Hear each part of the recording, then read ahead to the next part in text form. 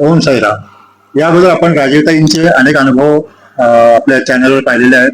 लोकांना ते खूप आवडले, म्हणून आज परत ते त्यांचे अनुभव आपल्याला सांगण्यासाठी आलेले आहेत. आपण त्यांचे अनुभव जय साईराम. दादा तुम्हाला पण नमस्कार. जय साईराम पण माझा नमस्कार. मी दरवर्षीप्रमाणे शिर्डीला जाते, तर तेव्हा हा शिर्डीचा मी एक अनुभव सांगते की आम्ही 18 लोक होती शिर्डीला जायला आणि आम्ही 18 जणांची तिकीट मी काढलेली. त्याच्यात एक 2-3 पुरुष होते, त्यांच्या बायका होत्या आणि आम्ही असं जाण्याची आमची तिकीट वगैरे काढून आमची जाण्याची तारीख आली आणि त्या दिवशी त्या टाइमला करोना होता. आता करोनामुळे तिकडे ट्रेन मध्ये जाणार तर वॅक्सिनचं कार्ड दाखवायला लागत होतं आणि माझे जे 17 जण होते भक्तगण त्यांच्याकडे सगळ्याच वॅक्सिनचं कार्ड होतं, पण माझ्याकडे नव्हतं कारण मला करोना झालेला आणि करोना झाल्यावर 3 महिने तरी वॅक्सिन घेता येत नाही, कार्ड घेता वॅक्सिन घेता येत नाही. आणि मग म्हटलं आता मला तर वॅक्सिन घेता येत नाही, मला कार्ड नाहीये. मग मी बाबांना म्हटलं बाबा आता तुम्हीच मला कसे शिर्डीला न्यायचं ते बघा, कारण 17 जणांची जबाबदारी माझ्यावर आहे. ते माझ्याच बरोबर जातात, त्याच्यात नवीन आहेत, थोडे गेलेले आहेत. मग मी स्टेशनवर आली तर सगळ्याकडे कार्ड आहे, माझ्याकडे नाही. बघितलं तिकडे बूथ आहे आणि तिकडे असं होतं ज्याच्याकडे कार्ड नाही त्यांना 2,500 फाईन होती. आता मी बसली आणि बाबाला का बोलली, बाबा म्हटलं बघा आता कसं. त्या 17 जणांकडे कार्ड होतं ना, त्यांना सांगितलं तुमचं कार्ड तुम्ही दाखवा. ते सगळे लाईनने कार्ड दाखवता दाखवता ट्रेन आली आणि मी ट्रेन मध्ये बसली.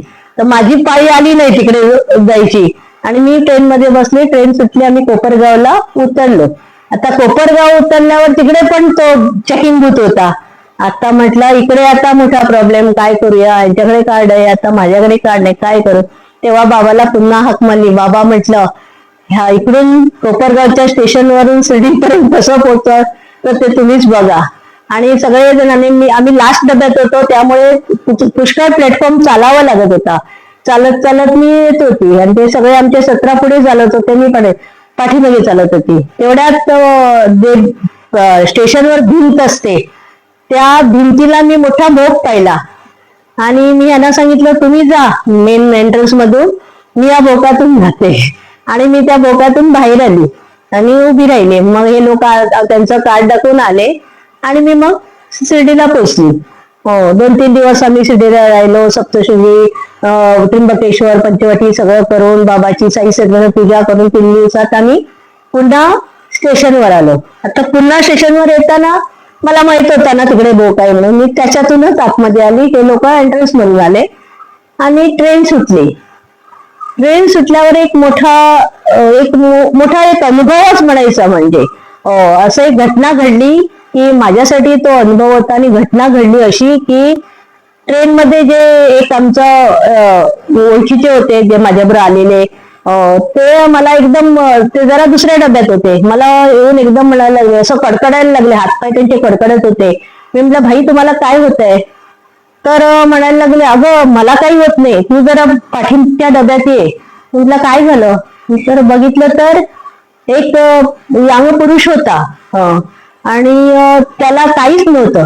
एकदम मोठी जीभ बाहेर काढलेली होती आणि घट्ट झालेला होता.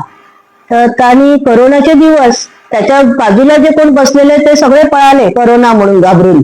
आणि मी काय केलं, आमच्या बरोबर जास्त लेडीज होत्या, मग त्यांना सांगितलं मी की तुम्ही काय करा, त्याचे बूट काढा आणि सगळे हातपाय तुम्ही मॉलिश करत राहा.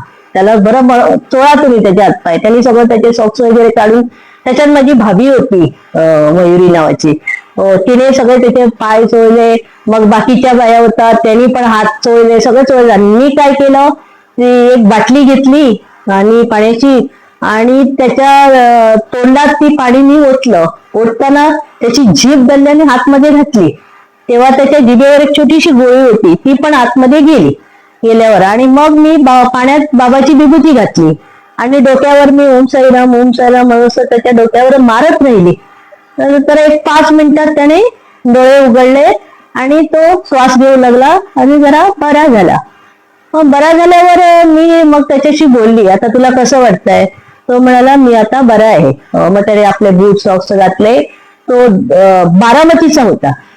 तो 2 लाख कुठेतरी उतरायचं, एक स्टेशन त्याचं लवकरच आलं आणि तेवढ्यात तो आम्हाला जरा बोलायला भेटला. मग मी म्हटलं प्रॉब्लेम काय झालं तुम्हाला, असं बेशुद्ध व्हायला काय झालं? तर म्हणायला लागला मी वैष्णोदेवीला गेलेलो. हो, आम्ही किती 2-3 वर्ष झाली आम्ही वैष्णोदेवीला जायला विचार करत होतो. माझी बायको, मला 2 जुळे मुलगी आहेत आणि एक मुलगी आहे. तर आम्ही वैष्णोदेवीला जायचं विचार केला, पण कधीच पूर्ण फॅमिलीला जायला संधी भेटत नव्हती. मग कोरोनाच्या टायमाला माझी बायको म्हणाली की तूच जाऊन ये, म्हणून मी एकटंच निघालो. तेव्हा माझी जरा चूक झाली, मी प्रेशरची गोळी घेतली नाही. 2-3 दिवस ती खिशातच होती आणि त्यामुळे हा प्रॉब्लेम. म्हटलं एवढं बेफिकीरपणा करू नये माणसाने, गोळ्या आधी घ्यायच्या असं मी त्याला सांगितलं. आणि एक चमत्कार असा झाला की मी वैष्णोदेवीला गेलेली आणि मी वैष्णोदेवीला गेल्यापासून मी नवरात्रात 9 मुलांना, जेवढी मुलं भेटतात त्यांना मी घरी आणून त्यांचा मी मान करते, सन्मान करते. त्यांना प्रसाद देते, खीर देते. आणि मी देवीला असं म्हटलं एक दिवस की देवी, मी जे काय करते ते तुला पोचतं ना, असं मी विचारायचे. मी कधी पुन्हा काही देवाला केलं, साईबाबांना सुद्धा, मी बाबांना म्हणते तुझ्यापर्यंत पोचतं ना बाबा ते, हा माझा प्रश्न असतो प्रत्येक वेळी. तर मग तो मला सांगायला लागला आता माझं स्टेशन आलंय, तुम्हाला सगळ्यांना थँक्यू, मोठी तुम्ही मला मदत केली असं म्हणून.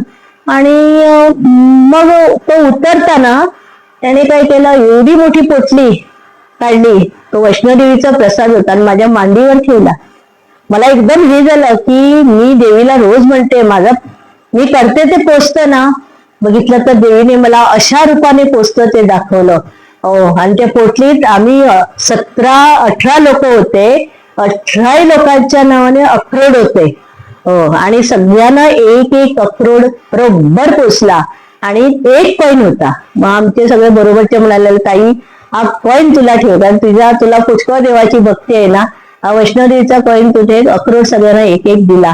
आणि ही बाबाने केलेला हा मोठा चमत्कार होता माझ्यासाठी. म्हणजे बाबा मला कुठल्याही देवाची भक्ती कर की तुझी पोचते आहे हे मला बाबाने दाखवून दिलं.